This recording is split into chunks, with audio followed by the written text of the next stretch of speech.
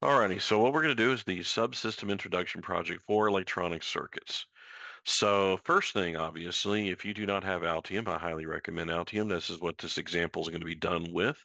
If you use other software, other like KiCad or anything, then you will need to figure out the solutions, probably watching various YouTube videos. But of course, Altium is freely available to you, so you should be able to get that. You just simply email me. Do not attempt to create your own account with Altium. Just simply email me and I can get you an Altium license.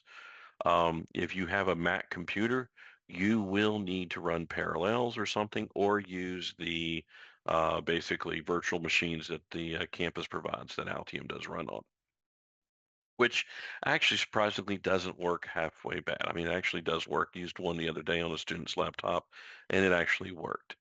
But it does work better if it's on your computer. Also, I highly recommend a good old-fashioned mouse. Um, Trying to run Altium on with a trackpad. I mean, if you're really good at the trackpad, it's okay. But I have personally found over the years, a mouse is a whole lot easier when you're using CAD tools in general. So trackpads are because you're going to be using left mouse button, right mouse button, holding shift down and doing all sorts of stuff to select stuff. So it's just a little bit easier hand control wise to have a mouse. All right, so the purpose of this is very simple. All we need to do is to create an op amp circuit. That's it. It's the focus is not the circuit itself. The focus is the tools. So if you find yourself, I know a few students have gone through and some TAs were trying to get you to simulate the circuit. That's all well and good, but you were getting wrapped up in the simulation and getting multisim to do something right, and probably the model for the TL061 op amp wasn't working correctly, and you were spending hours upon hours focused on the simulator. And that's not even the purpose of this. This purpose is all about using the software and creating a circuit in a PCB. So that is why I suggested doing an inverting amplifier or a non-inverting amplifier. You've been using those since you were, sophomores here at A&M. Basically, as soon as you got into the program and you took 214, um, I mean, you should know these circuits. They're really basic. Just two resistors and op amp, basically. So we're going to go ahead and do that. As I say here, create a simple op amp circuit, draw it on paper. I'm not going to bother. I know it in the top of my head. I mean, this is really simple, but you can go back in your notes from 214. I mean, it's a super simple circuit. Um, I'm going to do an inverting amplifier. I've seen some people do non-inverting. Either one works. It doesn't matter. This is no score. Again, it's a super simple circuit. It's not meant to be complicated. Um, I do recommend, you go to the website here, you can look up the TLO61 part. Here is the data sheet for the part. Basically it's TLO6XX. We're using the 61. They show here a single pole low pass filter as their example. Again, we're just going to implement, which you could implement this if you wanted to. Yeah, I don't have a restriction on the circuit you use. I just remember, the whole purpose again is something simple. So we're just going to do an inverting amplifier. So we're going to implement part of this is we're going to do the circuit. As that, just so that you practice all the parts of Altium, I'm asking you to create the symbol and the footprint for the op amp.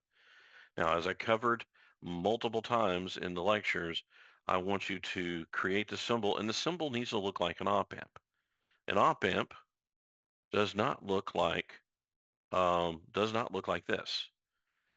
Now, physically, it does. It is an IC, but on your schematic, we're used to seeing this. We're used to seeing basically an amplifier schematic. That's what we're going to create. That's what I'd like to prefer to see when I come and debug your circuits with you. This is what I would prefer to see a circuit that looks like this than some sort of circuit where it's a bunch of mishmash of something in a square package with pins going everywhere. It's kind of hard to decipher what kind of configuration. It's very easy to look at this configuration and go, this part right here is a non-inverting amplifier part. So it has a gain of 1 plus RF over RG. And then this part right here is just a low pass filter that has this gain right here of 1 over 2 pi RC or R1 over C1.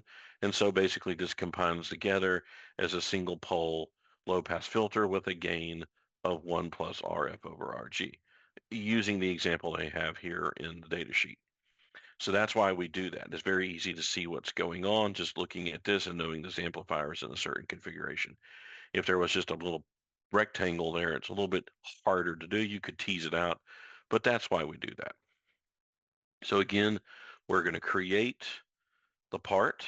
Um, I have tutorials that are on Canvas for this that specifically do this, but I'm going to go ahead and go through this here in a moment. And then we're going to create a simple schematic. It is also going to contain connectors because you've got to get signals into the board, out of the board, and power into the board because these op amps don't work off air. So we need to provide power. And you don't just solder wire onto the board. You use a thing known as a connector. So we'll look up connectors and I'll show you how to do that one. And the only part we're having to create here is the TLO61. Everything else we're going to pull up at DigiKey and I'll show you all about that.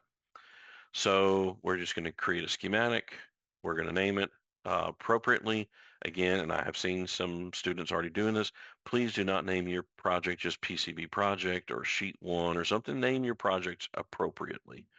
So we're going to go through all of these steps. This should not take a long time to do. So let's go ahead and get started. So I've got Altium here already loaded up. So we're going to start out. So you've installed Altium. It'll tell you to ask you to log in. So you'll log in with your credentials, select the appropriate license. I won't go through that here, but it's a fairly straightforward process to do that. I do recommend we go over here to this settings tab, system preferences, and we're going to change a couple of things on your system, primarily in the PCB editor. So you're going to come here to PCB editor, open up this tab, and you're going to come down here to defaults. Regrettably, Altium's, some of their defaults are set pretty much in 1980s, 1990s, still kind of configuration. The software's been around for about 30 some odd years. Not this particular version, obviously, but Altium, which used to be known as Protel, has been around for quite a while, and some of their configurations are still from that era. And so I'm going to show you a couple that we want to change. The first one is the comment. So you go over here to defaults again under PCB editor defaults, and then you're going to select comment. And we're going to change, yours is going to say 60 mils, and you're going to change to 30 mils. You don't have to type out in mils. The unit is probably already set for mil, but you go ahead and change it to 30. I have my stroke width set to 7. 7, that's typically what I do is a 7. Your default is probably 10. It's okay to leave it at 10, but if you want to change it to 7, that's fine. Okay, do that. And then you're going to come here down here to designator. So the comment is basically the comment that's going to be under the part, like usually the part number or something. Usually I have that's turned off, but the designator is usually on the board. Again, yours will look like this. It'll be set to 60. We want to change that to 30. And the same thing here, stroke width of 10, maybe change it to 7. You can leave it to 10. It's not a big deal. You do that, you hit apply, click OK, and you're done. That's all we have to do system configuration wise. All right, so the first thing we need to do, so again, we need to create a project. This is a PCB project. So what I have done is I have created a folder on my computer, and I have strategically located it naturally in my ECEN 403 folder. And I have got, um, ECEN 403 projects examples, and I've created a folder, and I have created there's a workspace here that you can, that's just basically this workspace here. That just keeps all your projects organized. This doesn't really matter because you're only going to have really one workspace, so that's fine. Okay, so next thing we're going to do is we're going to create a project. So what I have done is I have a folder here in which I'm going to put all of my files in. So you're going to have something similar. Please don't just stick it on your desktop or something. Start thinking about file management on this project. And in general, in 403 and 404, you need to think file management because you will be doing so in the future. So I've created a folder. I'm going to stick any projects that I work on in 403 in this folder. Don't worry about this workspace. This is just so I can keep up with, there's a thing called workspaces. That's basically groups of projects. So you can save that. It'll ask you to save it. You can that can go technically go anywhere. So I've got, but the focus here is I've got an example folder. So I'm going to come up here and I am going to go create new or file new project. And I am going to choose this folder. Um, and we're going to start in here and we're going to call it, instead of PCB project, now notice the name is default PCB project. Again, do not use this because that would be silly. We can call our project whatever we want. So I'm going to call ours Subsystem Introduction Project. I know, very fancy name here, but that's the idea. So we're going to go ahead and create a project in that folder, and there's going to be no documents added to it. And so we're going to put that right here. For whatever reason, my panel moved. So notice that we'll go ahead and save. Notice there is no documents added to that. And it has now created a folder here, Subsystem Introduction Project. So we're going to go in there and notice it's just got a project file, project PCB. And just for people maybe not familiar enough with Windows, Windows doesn't normally, on like default, show the project at file extensions. I recommend showing that. We want to show file name extensions in general as an engineer when you're working with a computer and you're doing a lot of code or project files. Extensions really help. So showing extensions is a good thing. So right now we don't have anything at all other than a project file. You must have a project file though. You cannot be what we call free documents. All the documents be within a project. So that's our first thing. We created a project. Now we're going to come here and notice my mouse is hovering over this, and we are going to choose add new to project. So I right click, add new to project, and we're going to choose schematic. And so it created the schematics. Sheet 1 is the default. Again, please don't name your file this. And the way you change it is do file save as, and we change it to something useful. We'll just name it op amp. In fact, we'll name it inverting op amp. Simple as that. Inverting op amp. Clever name, I know, because guess what it is? It's an inverting op amp. Now you notice it started out with different. The sheet type is a standard size A. Over here under the properties tab are panels, and here's your panels. All these different panels you can open up. It's on the right hand side. Properties for me is usually open. So if you don't have this, click down here and go properties. Another thing, just real quick, your software is going to end up always looking like this, probably on startup, with just nothing but projects on the side. So first thing again, panels, properties. So we want to have the projects folder or panel up as well. So that gives you a view of all the files. And then we're going to always come up. So every editor we end up opening, and we're going to want to do these steps. And I'll show this every time. And once you do it once, it'll stay open for the rest of the time that you use the software. So we want schematic standard, which brings us this little toolbar here, which is pretty much very similar. Just basically everything that's in the menus are now little icons here. And we'll use these as we go. So we've got schematic standard. We're going to have wiring, and notice mine come up over here on the right. You can move these. You just drag and drop them wherever you want. I personally like them on the right-hand side. That's just where I stick them. And then utilities. Utilities, they can set grids and stuff like that. Not usually that useful in schematic, but quite useful in PCB editor. So we'll just go ahead and stick this here. So over here, we just got a blank page here. I'm going to show you this as well. There's different templates you can choose from. If you have different templates, I use a template for most of my work. Yours is set to standard. You can change the sheet size to anything you want. This is the page size, the paper, if you will. This is size A. If you're doing letter, you would choose letter. Legal is legal. Tabloid, which is this is 11 by 17 sheet of paper, which the printers at several printing locations can support. I used to do a lot of all my complex schematics. I tend to do an 11 by 17 or tabloid size. Very good size. Um, Technically, you can go all the way to E size, which is basically plotter size, which is huge. I don't recommend that. It's basically 42 inches by 32 inches, massive.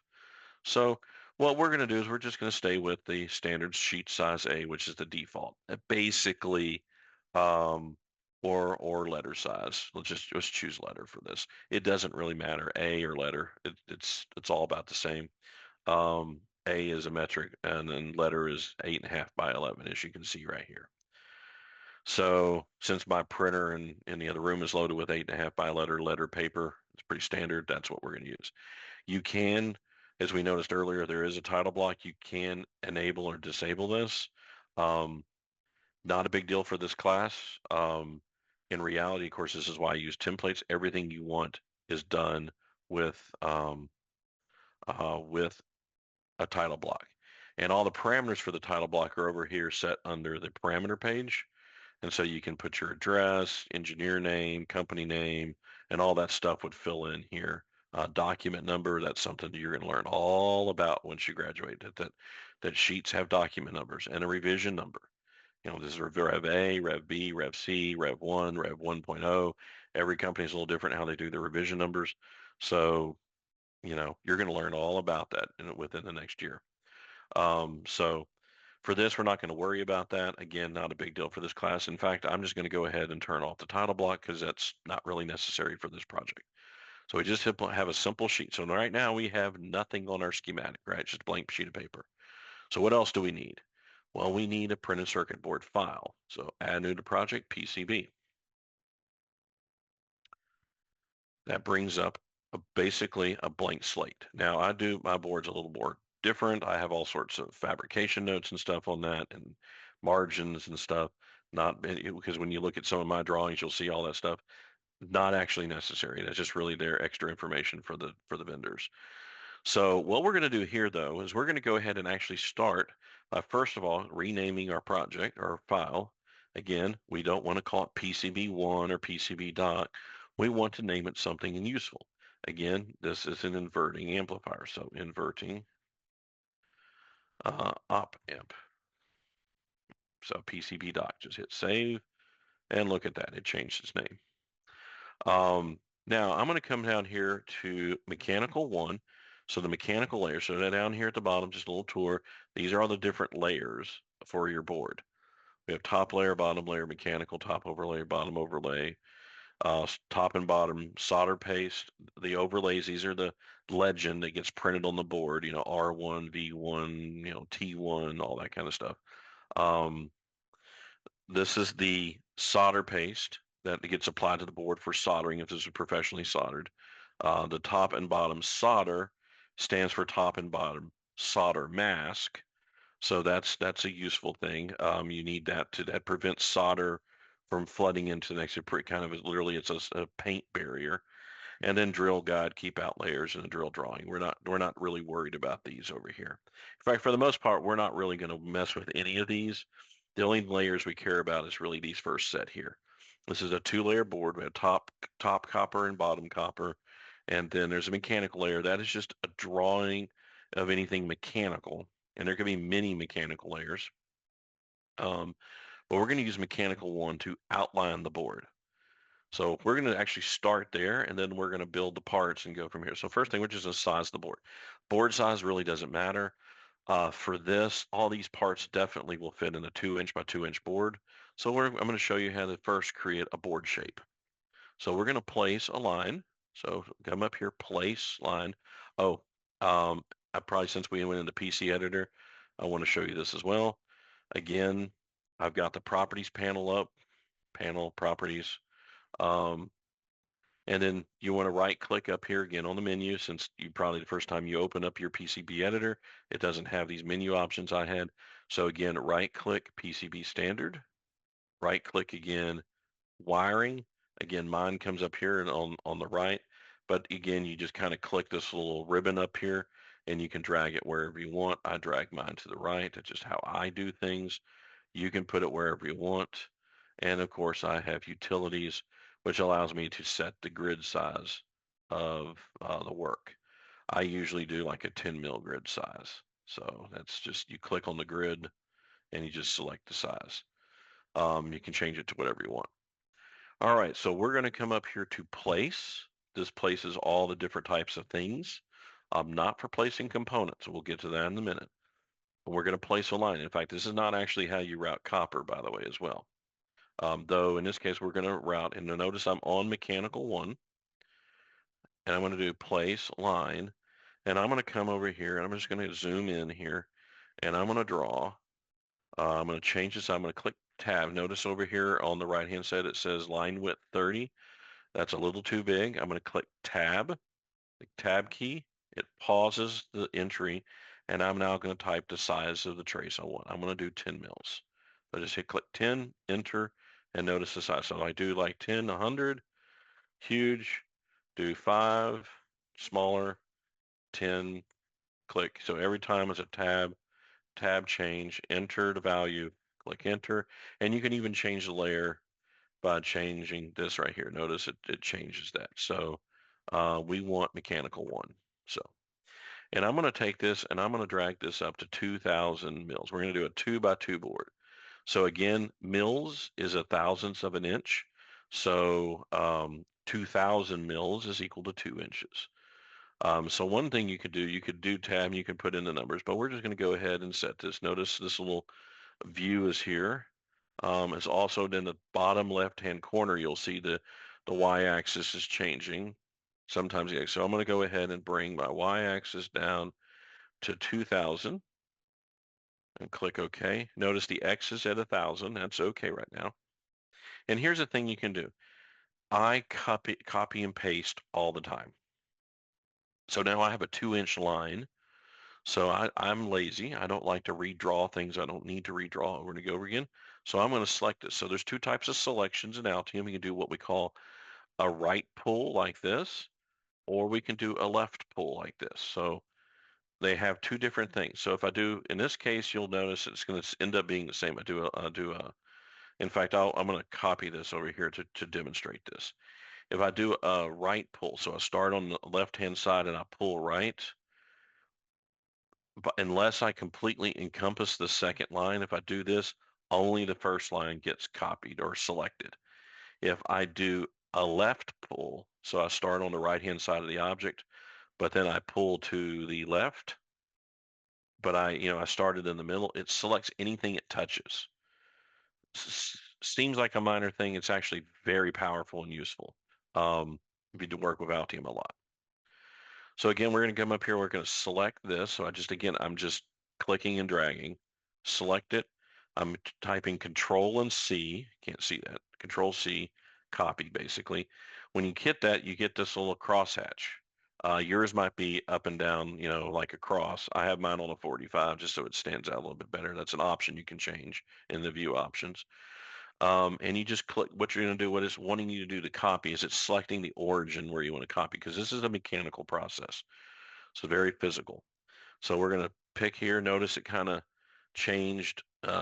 There's like a little circle and notice it that literally will snap to that corner. So it snaps to it. And now I've copied the basically line. I hit Control V and notice my mouse now is like got the origin there. So now clicking the space bar, I can rotate by 45 degrees. So just multiple clicks, you probably can hear it. So I've rotated the part around and I basically center up on that origin there and boom, I got 2 inches to the right. Now I'm just gonna go ahead. I could literally just keep going and just rotate and rotate. Or I can just copy both of these at the same time, select this corner here. And of course you could draw it too, but I find this easier. So now I've got a square, 2-inch square. I'm going to put all my parts in there. So what I do now is I'm going to select all of this, or again, I can just right select as well, doesn't matter. And I'm going to come up here to design, board shape, define board shape from selected objects. Click that, and now your board shape changed. And of course, if we look here, you'll notice that the board origins down here, 0, 0 is here. Well, I really want it here. So what I'm going to do is I'm going to come up here to edit. So edit on the menu, origin, set.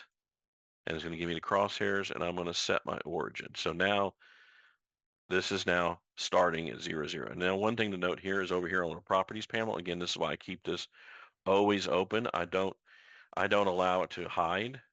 I always keep it open, and then you just push the little push pin. So if you have a little bit larger monitor, definitely a useful thing because that's all the coordinates. So this is a 10 mil trace on the mechanical layer. It does not have any net assignment because it's not meant to be electrical, and it starts at the 0, 0 coordinate and ends at 1,000 or 1,000th of an inch. So that's actually a 1x1 board. So I kind of made a mistake. So a 1x1 board.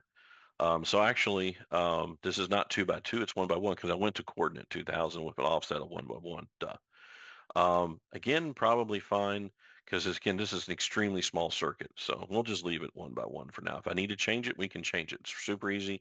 You can drag these all around, reset, do all sorts of stuff. So we'll just leave it alone for now so that you get the idea. Okay, so now we've got that. Now what? And well, we need to create the library part. So let's go ahead and do that real quick. So we'll do new, and we're going to come out here to library. And we're going to go ahead and choose file. And we're going to choose, you can do an integrated library, which is basically a way of making it portable. Um, you can do that. Nothing wrong with that. Most Altium libraries are integrated where the PCB and schematic are combined together. Um, for now, we're just going to do a simple schematic library, and then we're going to create one for the PCB library, two separate libraries, and they're going to be in the project. I typically do that on mine mainly because mine actually uses a database library, and that's actually the way they prefer to do it there. So we're going to do a schematic library. I'm just going to click create. This you're going to name, so it names it schematic lib 1. Again, same thing, very default name. We're just going to call it something useful. I'm just going to call it my parts. We'll just say we'll be a little bit more description. ECEN 403 parts. You can name it whatever you want. So there's that. And now what we need to do is we need to create this part here. So again, it's going to be triangle shape. We're going to have the minus and plus and a V out. And there's also power and ground or power that we need. So let's go ahead and create that here. I'm going to drag this off to my other monitor, and then we're just going to create that. So we're going to place a pin. So again, same thing here, probably schematic standard, utilities, that helpful, not really all that critical. Component design item ID. This is basically the name of the part or the symbol name, if you will. And we're going to call this TL061. And the designator for the part, that is the name that will be the information on the board to tell you that this is an IC or capacitor resistor. It's the designator. It designates the part. It's not like the part number, but it's basically a count of a part. So if I have capacitors, you have C1, C2, C3, C4, resistors R1, R2, R3, R4. Inductors use the letter L, L1, L2, L3, L4. Crystals sometimes use the letter Y. I use XTAL, 1, 2, 3, 4, so on and so forth. Transistors usually have the letter Q or M. So you can look up on Google common schematic designator abbreviations or prefixes. For ICs, like an op amp, most time you see the letter U for unit and question mark. We're going to use question mark because it'll designate afterwards. Um, or you can use also IC. Either one's good. I use U. That's what I do. And the comment here, we're just going to call it what the part number is. So I'm going to go over here to DigiKey. And because this is a part off of DigiKey, we're going to look up a TL061. I'll find it here. I'll show it to you here in a second.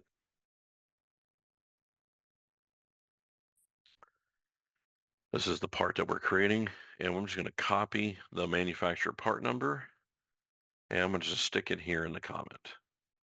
All right.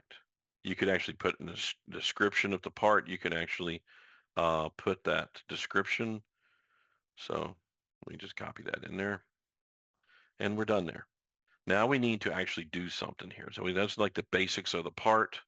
Now we're going to notice, by the way, the schematic library panel is open and it's got, because you can have multiple parts in your library. Hence why I named it ECEN 403 parts, because I could have a whole bunch of stuff. Right now I'm just going to put the TLO61 in here. So we're going to go File, Place, and we're going to put a pin. A pin literally is what the name suggests. It is the pin number. Now it automatically, when you place a pin, it will just keep counting automatically. So I would place pin. Notice I'm just clicking 3, 4, 5, 6, 7, 8. So there's 8 total pins. It starts at 0. There is no pin 0, so we can delete 0.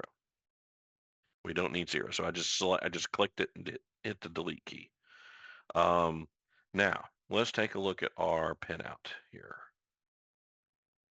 For this particular part, TLO61, let me get rid of the AI assistant here.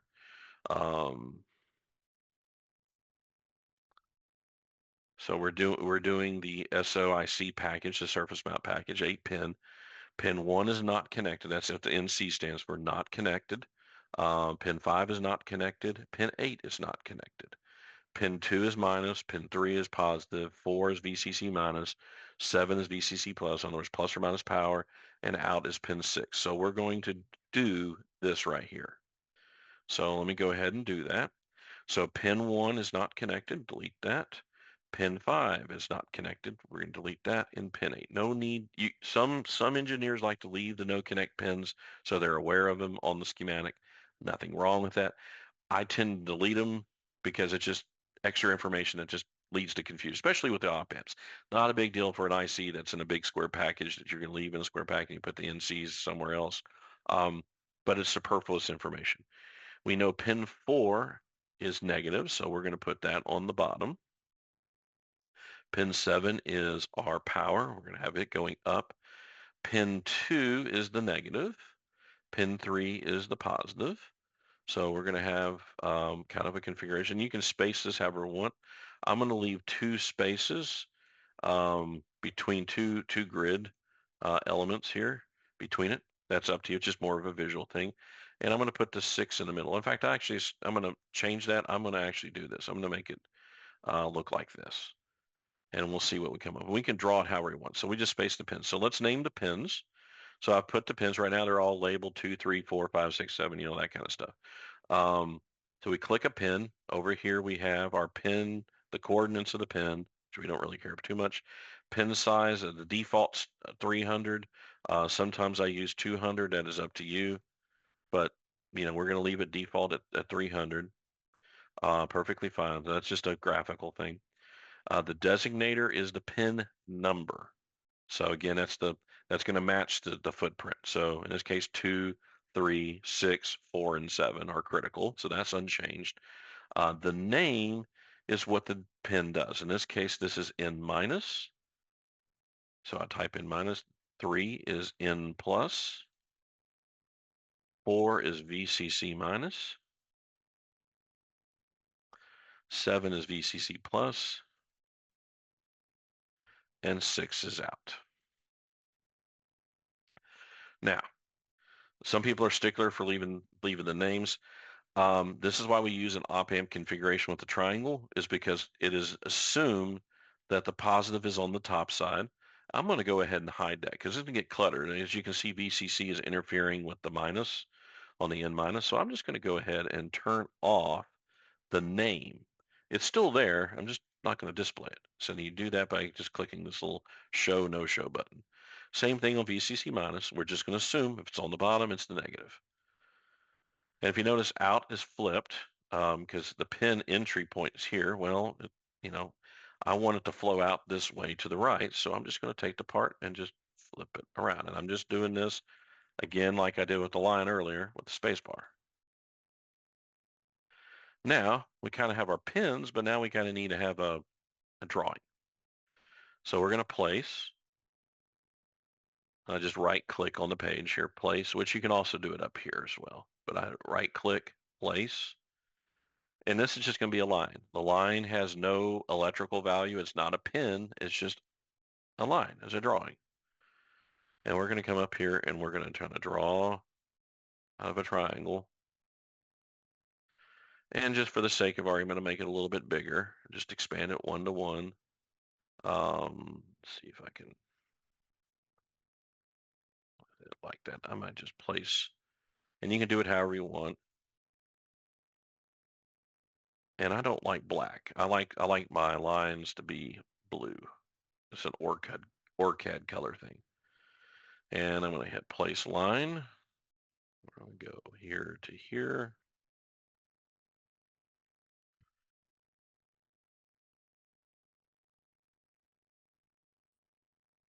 So I just did a Control C, Control V. So here's another little trick. Let me show you. You put this here, I select this. If I'm dragging it and I hit the letter X, it mirror. Well, okay, don't lie to me. It should mirror. No, it's not going to mirror. No, it's not like, see, shows you what I know. In the other in PCB editor, you can do that. You hit X and Y, you can mirror. So we're going to go ahead and copy another one of these right here. And then I'm going to drag this vertex over here. So now here's our little triangle. I'm going to put 7 and 4 right here. Just drag it up and it kind of intersects right here on this. So they're like 2 over. So there's our op amp. Some people don't even include the names here and they just put a plus minus because out's almost assumed. So we can even turn that off. And then we can actually just rename this instead of N minus, we just call this negative and positive. You could do that. Looks more like a normal op amp. But we're going to go ahead and leave it N plus and N minus for now. Because 6 is output, and it's clear looking at the symbol, you can see that. You just need to know which really the pin's negative and the positive. So there is our symbol. Took just a few minutes, nothing complicated. There's nothing else to this.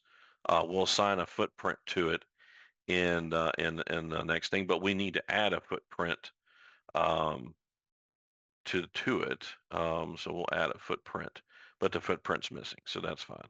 So I did that by just clicking add footprint, and we can also do that over there. So, and once you have a footprint, you can technically edit it here. So I'll just go ahead and I'm going to do that just to say we did. So now we've got the symbol. Now we do need the footprint. So we're going to come over here and do File, New, Footprint. So we're going to come here to Library, File, PCB Library, Create. Again, save it as a relative name. And we named the other one ECEN 403 parts. So we'll name the same, we'll use the same name. This time it's PCB Lab. So we'll hit save. So right now this is called PCB Component 1. We don't want PCB Component 1. We're going to call this SOIC 8 because that's what the package is. Or you can also name it TL061. Doesn't matter. I'm going to call mine SOIC 8 because that is the package type that we're doing, SOIC 8 pin. But you could call yours whatever. Just, make sure you make note of whatever you called it and you assign the footprint on the symbol to that. So we go ahead and do that. Again, I have PCB Live standard and PCB Live placement kind of opened up here. For the most part, I use the right mouse button to do most things. So we'll hit save. So here we got to create the actual part footprint. So let me pull up the footprint for this. So let me get this to the right size. So all these different packages. So let's find the 8 pin. So that's the DIP 8, dual inline pin 8 through hole.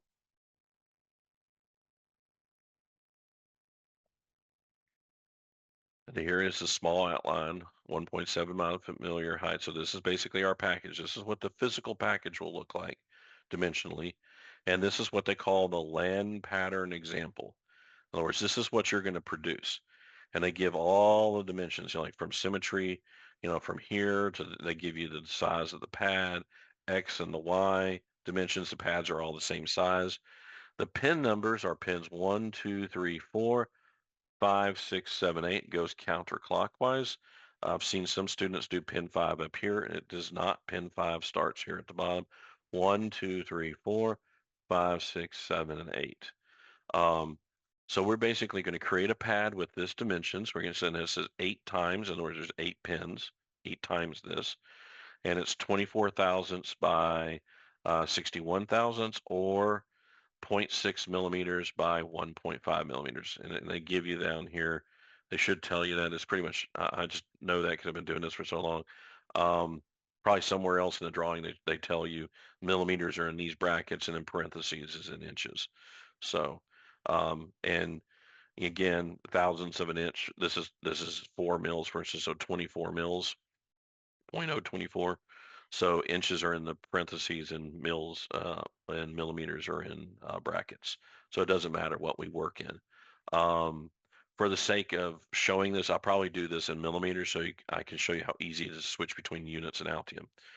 So I'm gonna put this again on my other screen, and I'm gonna go back and forth between this and here. So we have a pad. So according to this, we need to place a pad. So we come here, place pad. Now that does not look like the pad we just needed, right? First of all, it's starting up. So over here, property panels, make sure properties are open.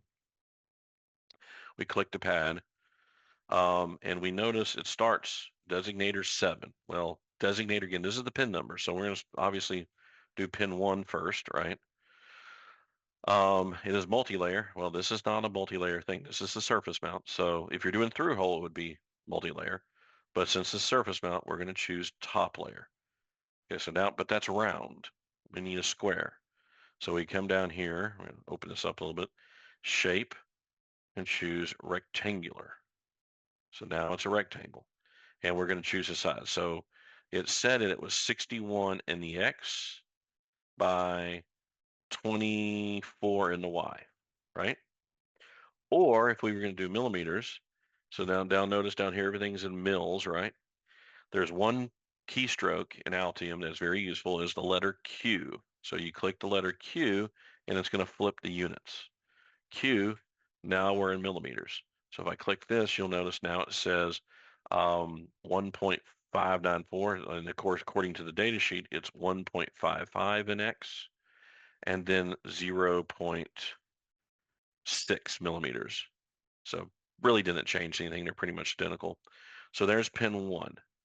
And of course, we need to do this 8 times. And it's already created. You got defaults that automatically create the paste and solder mask expansion. You can leave those alone. I've never really ever edited those, never been asked to edit those. So the defaults for the project are perfectly fine. So there you got pin 1. Now, so again, comparing here. So this is, let's stick this over here.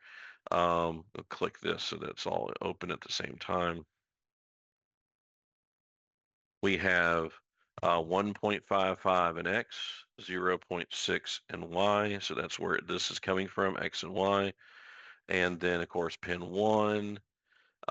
We have that. Of course, now the pin 1 is dead center of the package. That doesn't really do us any good. So we need to locate it over. So if you notice, the spread between X and Y is 5.4 millimeters.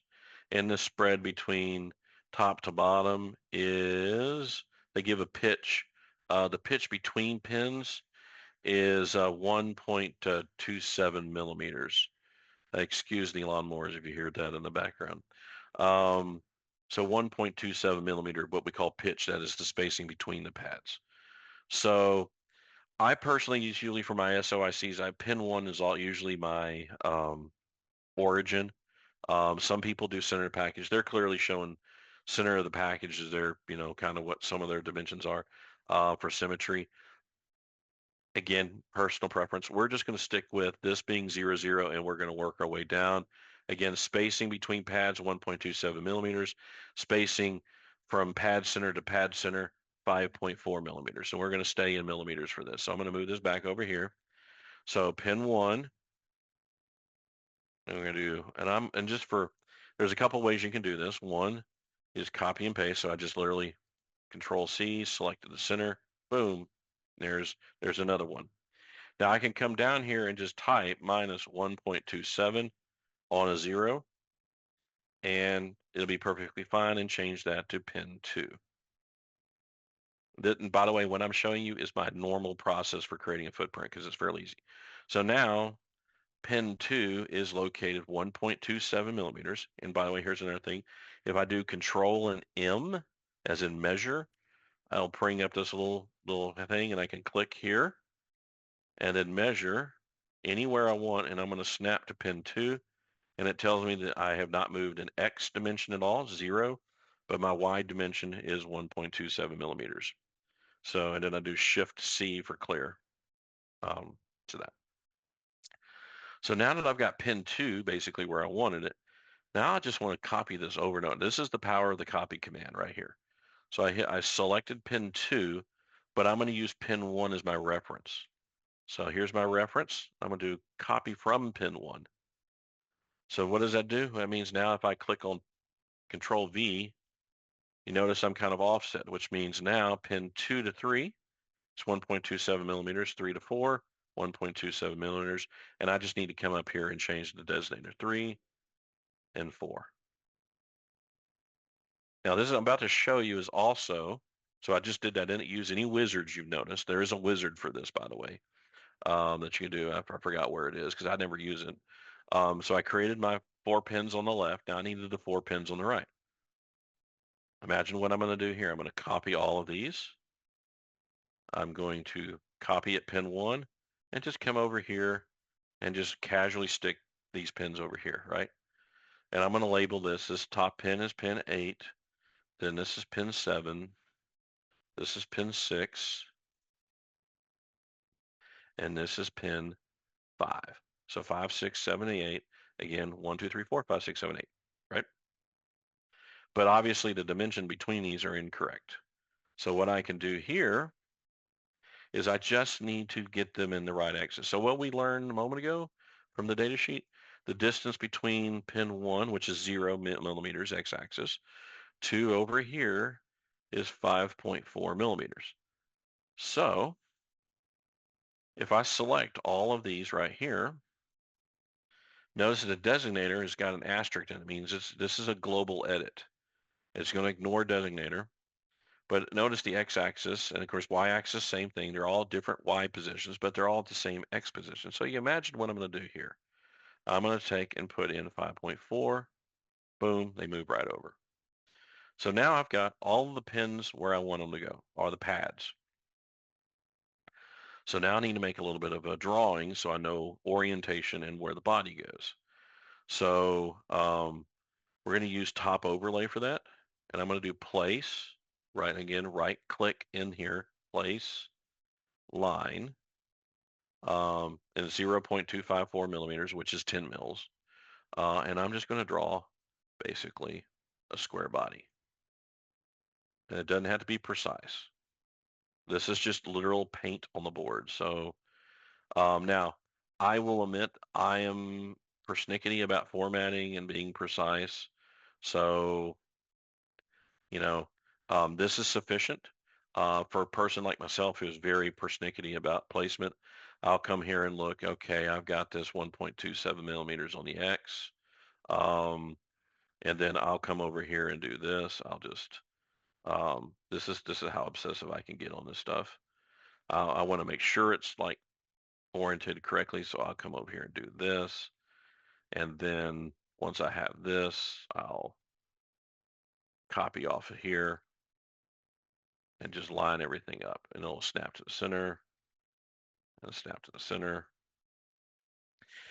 Now we've got a square. Now you can also put like you could put using the arc, you could actually come over here and create kind of a, you know, a partial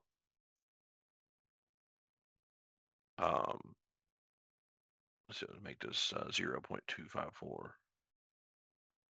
You could create a little half moon, and that's perfectly fine, you know, and just basically have a line that goes from here to here and here to here. That's perfectly fine.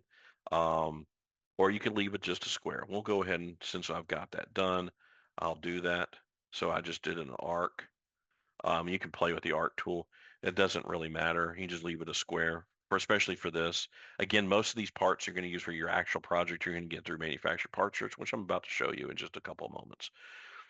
And then really we want to make sure that we know that this pin one, technically this little symbol here lets most people know, but we're going to be very explicit and we're going to put a little designator over here, a little text string. And we're going to put the number one and we're going to set it to something small. So I'm going to go back into mils. I'm going to make this 30 mils in size with a 7 mil stroke. So, and I'm just going to stick the number one right here. So very explicit. You can also you can put the one also. You can come up here with the space bar, put the one like right here, or again right here, or you could just use a dot. You know, you're just wanting to give some visual indication of where pin one is. So we'll leave it like this. And we save. And that completes this. Now, if you want, you can add a 3D step model. That's done by Place 3D Body. You can download a 3D body from 3D Component Central and a few other sites.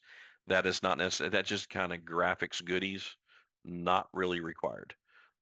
So just, keep that in mind. So this is all we needed for this particular thing.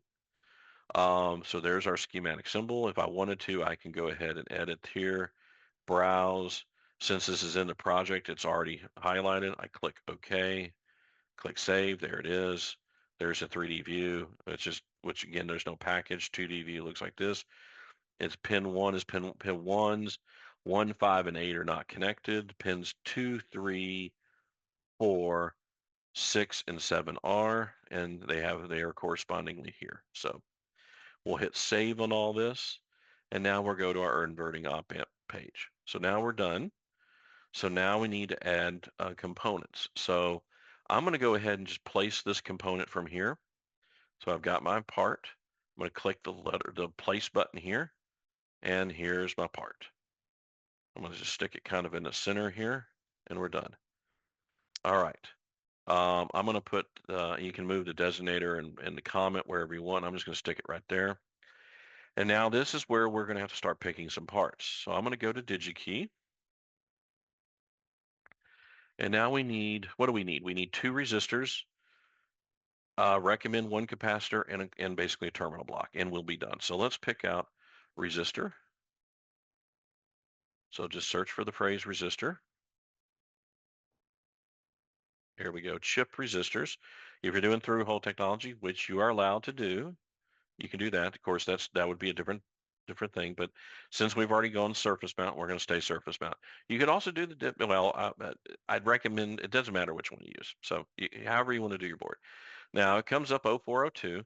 I don't really recommend 0402 for the most part. They are fun to solder. They're doable, but 0201s and smaller, no good. 0402 bigger, okay. But if you're going to pick something, I'd pick something that's reasonable size. So first of all, let's pick the resistance. We're going to make this simple. Again, this is a basic circuit. We're going to do -1 gain, right? In fact, you know what? I'm going to well, we called it inverting op amp. We're going to do a -1 gain. Okay. So we're just going to pick 10K. So just find 10K on here. We already went by it. So 10 kilo ohms. Choose in stock. Click apply all. So that's just all the 10Ks that they have. And then I'm going to come over here and do package case. And I'm going to pick an 0805. This is 80 thousandths by 50 thousandths. Pretty reasonable size. I consider it basically the through hole version of a surface mount, or a surface mount version of a through hole. It's easy to solder. You'll see these things are actually quite huge. I don't use these professionally anymore. I used 2 years ago. I use 0603 and smaller, but this is a very simple case. And because of that, we're just going to go with the first one here. So we're just going to pull that up. I'm going to assume this is in manufacturer part search. We're just going to copy. I'm going to go over here and I'm going to copy the manufacturer part number. Notice there's over 1 million of these in stock. So we're going to go over here back to Altium. I'm going to click panels. I'm going to click manufacturer part search. Little panel comes up, put in the value. Let's see what we got. Yeah, it looks like it's available. I'm going to just drag the part. It should allow me to just drag it. Yeah, it should place. Just right click and place. Now, if you noticed, one of the little nitnoids that I don't like has happened. And we needed two of these.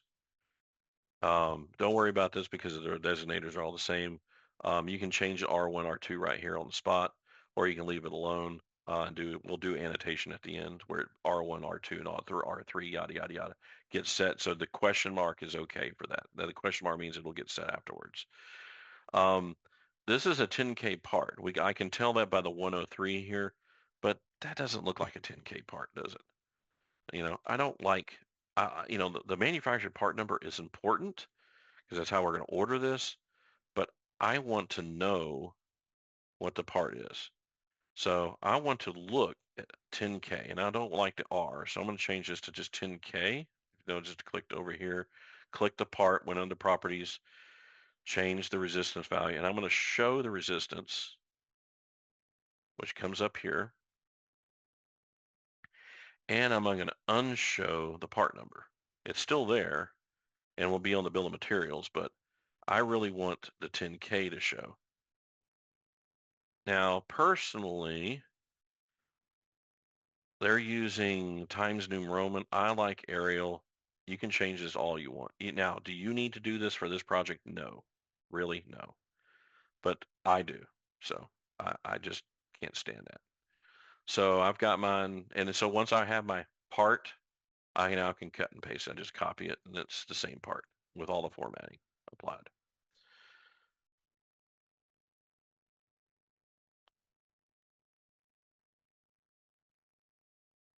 Alrighty, so let's go ahead and we got our resistors. What else do we need? We need a capacitor for power bypass and a connector.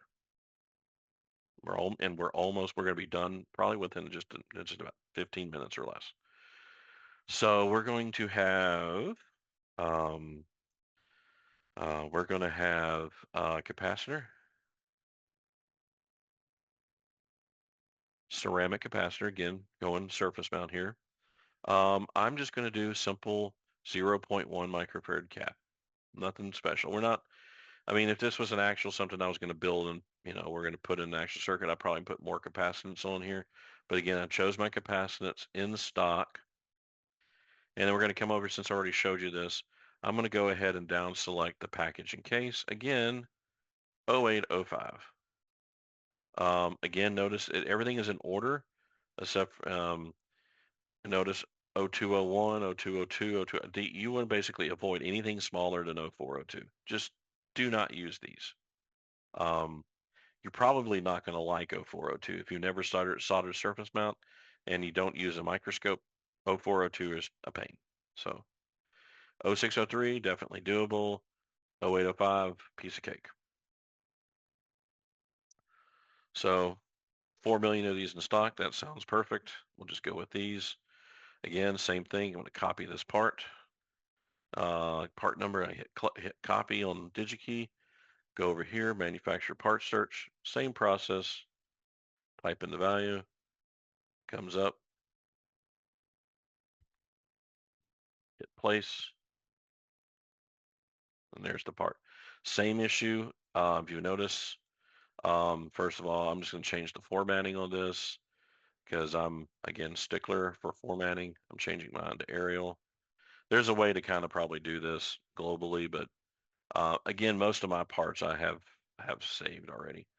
So I like Arial. You can leave it Times New Roman. Doesn't matter.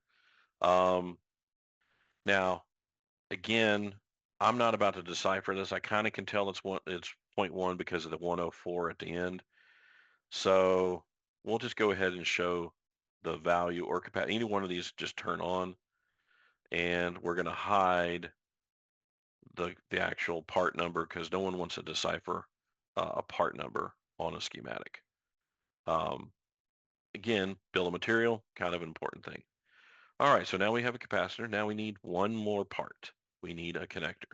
So lots of questions like, where do I get connectors? Just type in connectors. Now, I like to use wire to board. For this project, wire to board or a terminal blocks, as it's also known, is what you want. There's all sorts of different connectors, as you just saw. You pick what makes sense for you. For this project, there's nothing special. So let's just count the number of pins we need. We have an input, we have an output. So we signal in, signal out. And then we technically, just so that we have a complete power package, we're going to have, just so we can also do negative values. You don't have to do this. You can do power and ground. But for my design here, I'm going to do it complete. Plus 12, minus 12 in ground. So that means we have 5 pins. So number of, we're going to choose positions per level. We're going to have one level, means that you can have multi-dimensions. You can have multiple rows, basically. We're going to do 5 pin. And of course, in stock, let's take a look what we get. Get all these different things. This looks good. First thing that really pops up, it doesn't matter the size. Again, this is just something for test purposes. There's all sorts of things. You can buy smaller ones. These are all 0.2 inches in pitch, so it's, but we're just going to go with this part right here. So it's just a little wire to board. Use a little screwdriver to add wires to. Let's just see if this is in the system. So if it's not in the system, we're not going to use it. So go over here and we're going to put the manufacturer part number in here. It's from Onshore Technology. Looks like it is. You got a picture of it.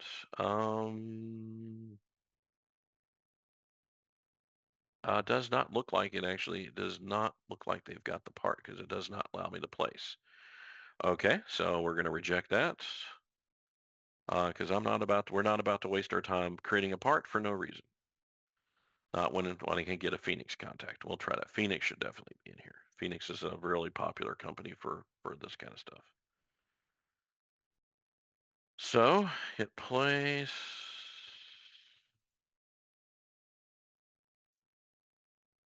It's not in there either. All right. Gonna make this fun, huh? All right. Let's try this one here.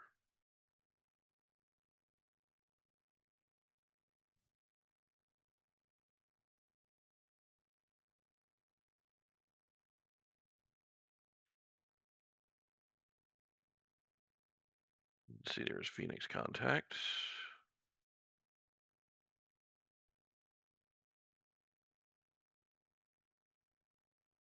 Okay, so after a little bit of searching for connectors, I finally found a connector that is in the Altium arsenal. Um, Probably you're going to have to, like in your actual project, you'll probably need to create or otherwise use Ultra Librarian or a couple other means for getting connectors in. You do need connectors. There are probably a variety of them that are already in the system, but for these wire to board connectors, apparently these are a little bit hard to come by. Apparently, at this Worth Electronic connector is available. It's a 3.81 millimeter, 45-degree wired. You know, you push the wire in, has a little spring-loaded terminal. Again, this is just, you know, for for test purposes only.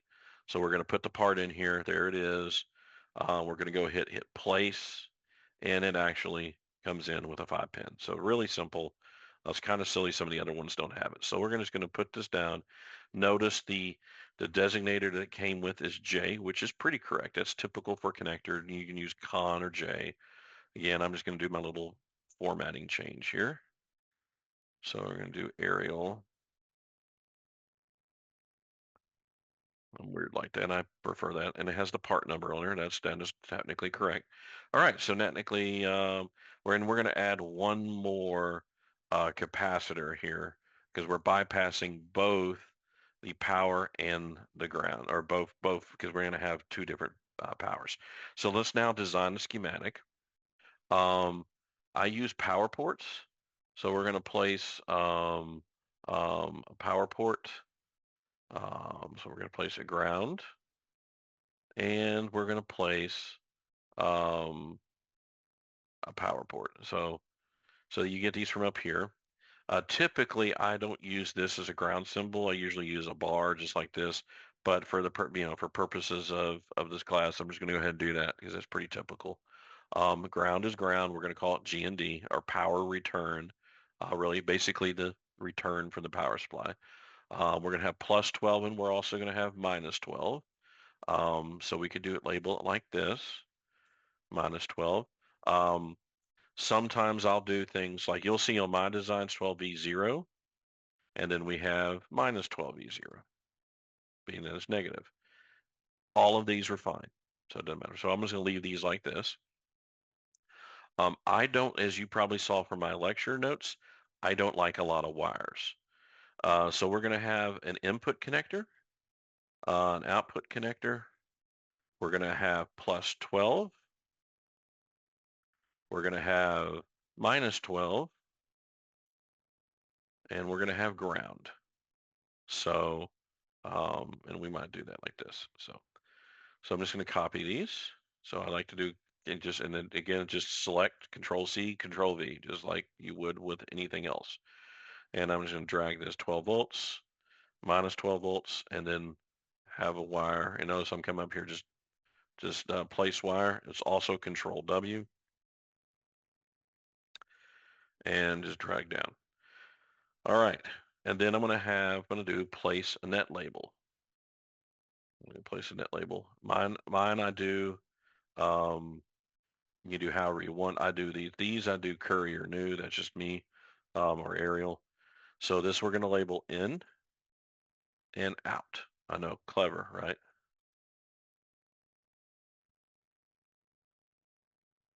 All right. So there's our connector. And then we said we were going to do an inverting configuration. So that means in plus is connected to ground. We have minus 12 over here on the bottom, and plus 12. In fact, I use these because technically that's what we're using. So plus or minus 12. And then we want to, what we call power bypass to plus or minus 12 volt, meaning that this is going near these, this is going into this IC. We need to make sure that basically there's a little local bucket of charge for these ICs. So we're going to connect to ground this, and then I'm going to connect on the other side the plus or minus 12, just so that it's, you know, basically filtered and it's not noisy. So we got one for minus 12, and we have one for plus 12. And these, I just kind of keep nearby the chip so it's obvious to technically in the future you would be working probably with a PCB layout artist, CAD person, and they'll lay out your board, but it becomes obvious this is meant for this chip. So you want these capacitors need to be in the physical design next to the chip, not a long ways away. And then what do we have? We have our output, which is just out, right? This is equal to this. Notice I don't have a wire. It's the same thing. The net is connected. The output is going to go to pin 2. Then I will connect a wire. This is why we do this as an amplifier drawing. This now looks like a feedback resistor. So this will be RF, if you will, in our gain equation. And then we have this connected together. So this obviously looks exactly like you would out of your textbook for an inverting amplifier. And of course, I could technically take this and connect around to this wire. In other words, I literally could do this, and that would be correct. Nothing wrong with that. Or for the sake of completeness, just so that I'm using consistent net labeling, I just do this, or like that. Input, output, and that's our circuit. The only thing we need to do is to do designation, but this is our circuit. We've got a connector, we got an amplifier, plus or minus 12 volts, comes in, 2 resistors. This is in an inverting configuration, and we got 2 ceramic capacitors, and we're done. So to annotate, so notice all the parts have a question mark on it. Of course, you see the little red squiggle on everything that's duplicated, like with 2R question mark, 2C question mark. That's alerting you there's multiple designators of the same part, which you don't want to have. We're about to fix that. So now we come up here to go to Tools, Annotation. So Tools, Annotation, Annotate Schematics. Since there's only one drawing in here, it's just, it's fine. If you have a multi-schematic page, which I'll talk about later if someone wants to, We do what we call hierarchical. You'll have multiple pages. You put them in order. It's going to do the across and down, left to right, up and down. So it's going to start in the top left corner, work its way down, and it's going to designate everything. You can come here first if you already had designations like R1, whatever. You do reset all. It'll make everything question mark, and then you do update changes. And it's telling you there's going to be 6 changes because there are 6 parts on the board, and then 6 changes were from the original state. In other words, it's redesignated the board. Click OK. Now you're going to accept the changes and create what's known as an ECO. That stands for Engineering Change Order. Again, this software is made for large institutions, small to medium-sized businesses, even large businesses doing lots of engineering design. And sometimes you need to have especially if this is a production board, like we're making millions of these, you make a change, you need to have someone sign off on it. So that's what's called an engineering change order. So you click ECO. This is your ECO. So you notice engineering change order. Um, you can validate and then execute the changes. We're just going to go ahead and execute. It tells you that it's done. If there was an error, it would tell you. Here, there was no error. Just C1, C question mark became C1, so on and so forth. Click close and close, and you notice everything has now changed. And we save, Alt and FL. I save everything, Alt and FL. Always save. Every time you save, by the way, a backup is made of your files. So, which is a really cool feature. So now the schematic is complete. We don't have to do anything else here. This is going to drive the board. So now we go to our board. Click over here. Now we got a blank board, right? We're going to go design, import changes from the project. We click here. We can click validate changes, and we should have everything green because all the parts we pulled already had footprints and schematic symbols from the manufacturer part search. And the one we created earlier, the Alp amp, we did create a footprint. If you get error messages, you might want to check your pin number, make sure pin 1's pin 1, pin 2's pin 2, pin 3's pin 3, all that kind of stuff. Assuming everything is correct, it should have pulled over. We click execute and we close, and we literally have everything here. So this is a really big connector, as you can see. So what we're going to do, we're going to make our board a little bit bigger. We're going to make it the 2x2 that we were talking about. So we're going to take this and we're just going to turn this 1,000 into 2,000, i.e. 2 inches. We're going to turn this into 2,000 by 2,000 and 2,000 here. So that moved that up here. This now is located 2,000, not 200, 2,000, 2,000, and it's 2,000 tall, and this comes over to 2,000. So now we got a bigger square, so I'm going to do the pull to the right, and I hit shift, hold everything over. It would be like basically select everything. Design, board shape, redefine, or define board shape from selected objects. Boom, done. Okay, now we just need to place our parts, and we literally will be done momentarily. Sorry, this is taking a little while, but I wanted to make sure everything is highlighted here. So we've got our plus or minus 12 capacitors. So we'll come over here. This is the plus 12, and we're going to put this near here. So C2. We got R1 and R2. And we've got C1. So C1 is down here, plus minus 12. And we'll put it right here. And we'll put the designator down here. And this green, by the way, is called the courtyard. Sometimes, if that's annoying to you, let me show you this little feature. You hit the letter L, and you get all the different layers that can be displayed. If you don't like something being displayed, you can turn it off. So we can get rid of the component center on parts, the component outline, and then the courtyard. We can just turn off those. So sometimes it'd be a little distracting. And then I'm going to turn off everything that's not really relevant.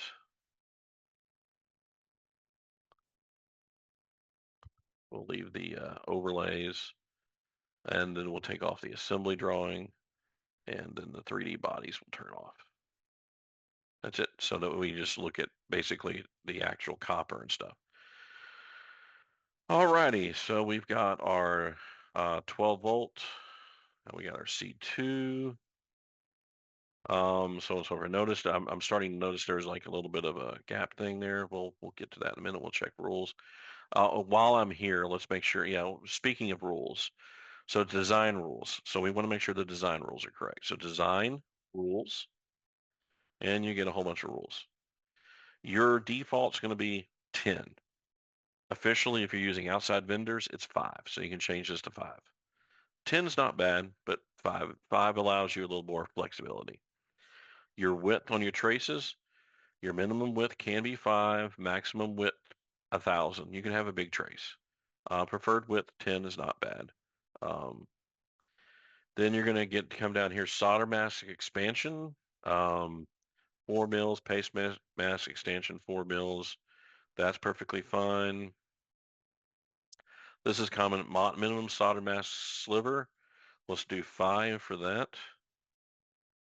Solder mask clearance, it's fine. Silk to silk's clearance, we'll do 5 as well. These are common errors. So just set those. Again, minimum solder mask silver, 5. Silk to silk's clearance, that's under manufacturing, 5. Do not turn off net antenna, and clearance can be set to 5. Apply and OK.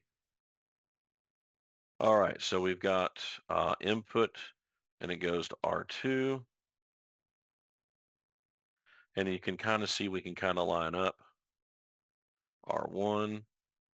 This is going to end up going to here. I'm going to kind of make that center up with that. If I click on top layer, it kind of will want to, it should want to eventually hover. So if not, I'm going to go ahead and place a trace. So what again, you have your PCB standard utilities and wiring, right click up here in the menu bar. What I just clicked is called interactive route connections or interactively route connections or control W, just like a wire. This will only let you, like for instance, if I click here to here, it'll let me connect, but it won't let me attach to other things. It's only going to attach same nets. So you click the tab and it'll set the width. We'll do width of 10 for these, so 10 mils, and allow me to connect there. And it'll keep that width, so 10 mils. And then we'll come over here, say 750 seems good. Good location. I'll make this, and I like some particular, so I'll make the end 750. And then I'm going to take this, and it's letting me control it on the. So we're going to go ahead and finish out this route really quickly.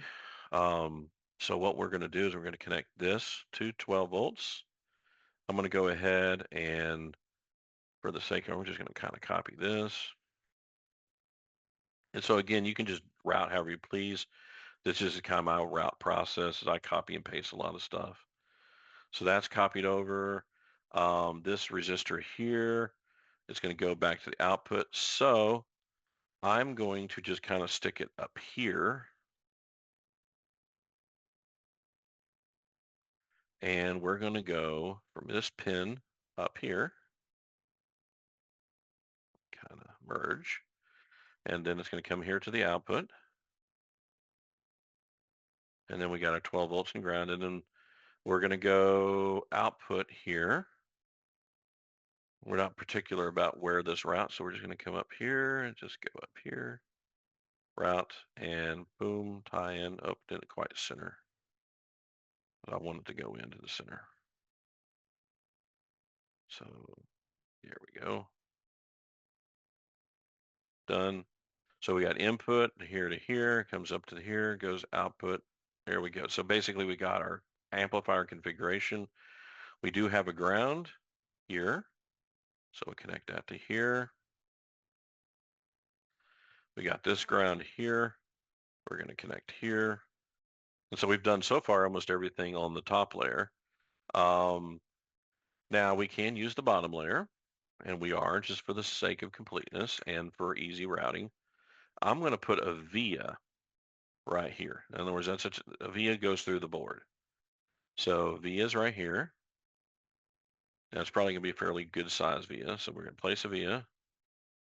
And this via size is, clicking on properties, is, let's see, 35 thousandths in diameter, 15 mil hole. That's perfectly fine. You can use a bigger one or smaller one. No smaller the hole diameter than 10. So we're going to go ahead and take our minus 12 from the top side, though. We're going to come over here, connect minus 12 here, come off of here. There we go. Our minus 12, we're going to get on the bottom side. So we're going to go do this and connect there. Boom, 12 is over. And then we just need to connect to ground here and we'll be done.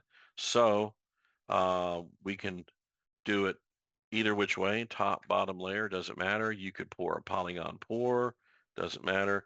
Again, like I say, polygon pour really doesn't buy anything from a sense of a um, noise process. So I'm just going to do this, and that's pretty much all we need to do. And that right there is our board.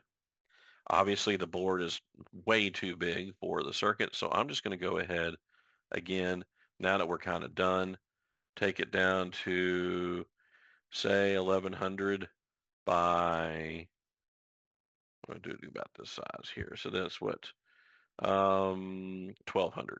So, and then of course, just select all of that again, design board shape, set board shape, boom. And that's it. That's our board. We're completely routed. So we're going to verify things. Looks like there's might be an error here on the design rules. Again, these are the default design rules. So let me set the via size here. So hole size, yeah, a minimum 1, maximum 100. That's good. Let's see, is there a vias somewhere here? Routing vias. Yeah, minimum. We want a minimum of, say, 30, maximum of 250, um, preferred 35. Via hole size, no smaller than 10, maximum, say, 100, preferred, we're going to do 15. That should fix that. Yeah, that kind of thing. And so now if we come up here, that if we would have done a design rule check, we would have gotten flagged on that. So do a DRC, and we have 0 errors, no violations of any kind. So this will show your TA that you've got everything done. So that, again, how I got there, tools, design rule check, click run design rule check, and it'll produce a report, and it should come out perfectly squeaky clean, no errors of any kind. If you do have minimum solder mask sliver or the solder mask silk to solder, you could go and fix that, but I'm not a stickler on that. These boards are not going to production, so don't worry about it. The main ones that we try to avoid is obviously clearance, constraint, unrouted nets, and short circuits. So, all right, so that's the board. So to actually produce this board, and we'll just finish off everything, to produce the fabrications, we come up here to fabrication outputs. We're going to click report boards, let's see, Gerber files. This isn't my usual process, by the way. And we're going to choose to have all of these selections here, and we're going to click apply, and it'll produce all of the Gerber files. It'll produce this file here called .camtastic file. You don't need this file. So we're just going to close it. That's not the files of interest. And in fact, I'm going to click don't save. We don't want the cam file. I'll show you where the files are here in a moment. Last thing we need is fabrication outputs in the C drill files. So the default should be fine. Format 44, millimeters, perfectly fine. Doesn't matter if it's mils or millimeters. Basically, just click OK. It produces it. Click OK again. It's going to give you this Camtastic file again. Again, close the Camtastic file. Don't save because we don't send those files off. Where are the files? So everything here's in your folder. I'll hit F5 to sort everything. So project logs are logs. History, this is every time you've saved your files. This is your backups are all zipped up. Project outputs is where the files are going to be. Here's your Gerber files. Again, extension, this is why you need to turn on your extensions. GBL, Gerber bottom layer, bottom overlay, paste, the solder mask file, top layer, top overlay, so on and so forth. Then the type, since you've installed, should show up here what everything is. Basically, all these files, you don't really need to send HTML or the DRC report, but basically all of this right here is what you would end up sending your board shop. All right, well, that's basically the project in a nutshell. I know it took a little while to get this done, but hopefully this helped you doing this from scratch. If you got questions, just let me know.